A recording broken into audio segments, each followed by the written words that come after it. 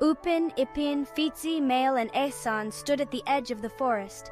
Sunlight peeked through the leaves. Before them flowed a river like no other. It shimmered with an otherworldly glow. The friends had heard whispers of this place, the Enchanted Forest. Now here they were, ready for an adventure. This river, it feels magical, whispered Ipin, his eyes wide with wonder. Upin nodded, his hand resting on his chin. I've never seen anything like it. Fitzi, ever the cautious one, took a step back. Are you sure it's safe? Mail, always eager for a challenge, puffed out his chest. Of course it is. We're the bravest adventurers in Kampung Durian Runtu. Ehsan, the eldest, adjusted his glasses. Bravery is important, but we must also be careful. As the friends pondered how to cross the river, a deep voice echoed around them. From the water emerged a head with wise, ancient eyes. It was a giant turtle, its shell covered in moss and sparkling stones. The friends had only heard stories about this creature, the protector of the Enchanted Forest. The turtle boomed, its voice as old as time itself. The children were speechless. Never had they seen such a magnificent creature. S5. Greetings, little ones. Do not be afraid.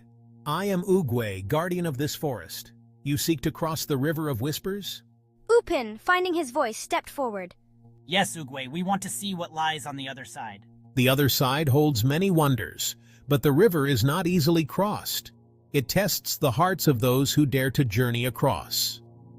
Narrator. Ugwe's eyes twinkled. The friends exchanged nervous glances. What did Ugwe mean? To cross, you must prove yourselves worthy. You must show unity, for the river responds to the strength of your bond. And you must show bravery, for it will test your resolve. Upin looked at his friends, his heart pounding. Could they do this? They had faced challenges before, but this felt different, bigger somehow. Upin said with a determined nod. He wasn't sure how, but he knew they had to try. Ugwe smiled, pleased by their spirit. S1, we'll do it. Very well. The river awaits. Trust in yourselves and in each other. With that, Ugwe sank back into the water, leaving the children to face their challenge. The surface of the river shimmered, its colors shifting like a kaleidoscope. Upin took a deep breath. He had to be the first one to go. Closing his eyes, he took a running leap and landed on the first shimmering stone. The stone wobbled, and for a moment, he felt a pang of fear. But he remembered Ugwe's words. Trust in yourselves. Upin called back to his friends, his voice filled with relief. Ipin, seeing his brother's success, took a deep breath and prepared to follow. But as he stepped forward, his foot slipped and he lost his balance. S1, I'm okay. Ipin yelped as he felt himself falling. He closed his eyes, bracing for the cold water. But instead of hitting the water, he felt two strong arms wrap around him. Upin, quick as a flash, had reached out and caught his brother.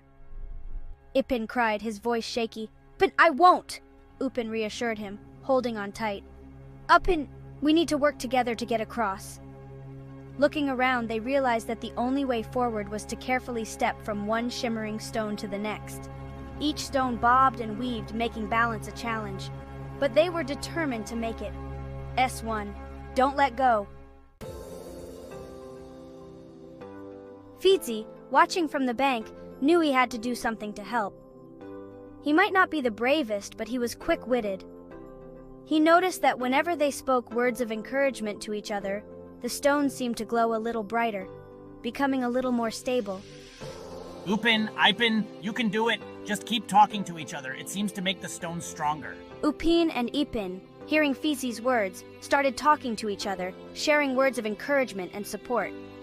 As they did, the stones beneath their feet did seem to become a bit more steady.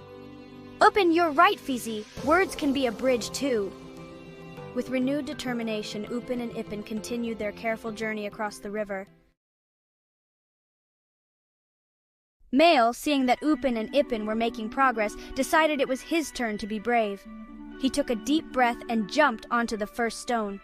He wobbled precariously, but then he remembered Ugwe's words. Bravery will be tested. Taking another deep breath, Mail steadied himself, and carefully made his way towards the others. As he approached, he saw that Upin and Ipin had reached a particularly tricky part of the river. The stones here were farther apart, and the current was stronger. Give me your hand, Upin. Mail called out, extending his arm.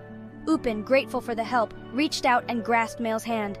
With a grunt, Mail pulled Upin safely onto the next stone. Ehsan, watching from the bank, knew he had to play his part. He might not be the strongest or the bravest, but he was observant. He noticed that the stones seemed to glow brighter when the sunlight hit them at a certain angle. Guys, use the sunlight. Try to step on the stones that are glowing the brightest. They seem to be the most stable. Upin, Ipin, and Mail followed Ehsan's instructions. Sure enough, the stones that were bathed in sunlight felt more solid beneath their feet. With each other's help and encouragement, the friends were nearing the opposite bank. Only a few stones remained. They had faced their fears, used their unique strengths, and most importantly, relied on their friendship. Taking a deep breath together, they stepped onto the last stone, their hands clasped tightly. As their feet touched the solid ground of the opposite bank, a wave of relief and accomplishment washed over them. We crossed the River of Whispers. S1, we did it. Fizi, overcome with emotion, rushed towards them. I knew you could do it. Ehsan smiled, adjusting his glasses. We did it because we worked together. As they stood there, catching their breath, they noticed something shimmering at the base of a giant tree. It was a crystal, shaped like a heart, pulsing with a warm, gentle light. Upin carefully picked up the crystal. It felt warm in his hands, radiating a sense of peace and tranquility. A voice, soft and gentle this time, echoed around them. It was Ugwe, but his voice was different now, filled with warmth and approval. Ugwe, that little one's, is the heart of the Enchanted Forest. It is a symbol of unity, bravery, and the enduring power of friendship. S5. What is this? With the heart of the forest safely tucked away, the friends made their way back across the River of Whispers. This time, the journey seemed easier, the stones more stable. They had faced their fears, proven their worth, and emerged from the experience stronger than ever. As they walked back through the forest, sunlight dappling through the leaves, they knew they would carry this adventure in their hearts forever. They had discovered that true strength comes not from individual power, but from the unbreakable bonds of friendship and the courage to face any challenge, together.